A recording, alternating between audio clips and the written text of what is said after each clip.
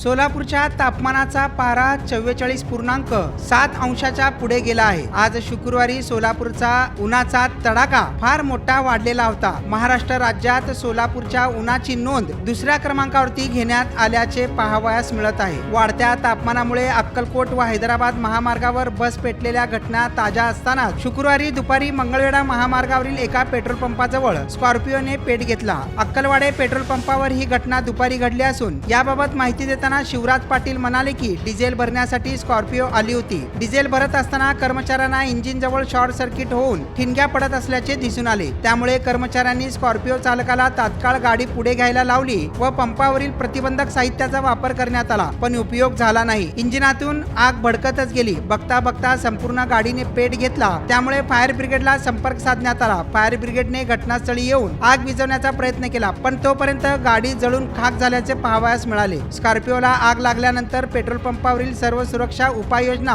कडक करण्यात आल्या व पंप निर्मनुष्य करण्यात आला होता। ही गाडी एका आमदार पुत्राची असल्याची माहिती समोर आली आहे। मात्र प्राप्त माहितीनुसार उन्हाच्या गरमीमुळे इंजिन जवळ असलेल्या वायरिंग मध्ये आग लागल्याची माहिती समोर आली आहे।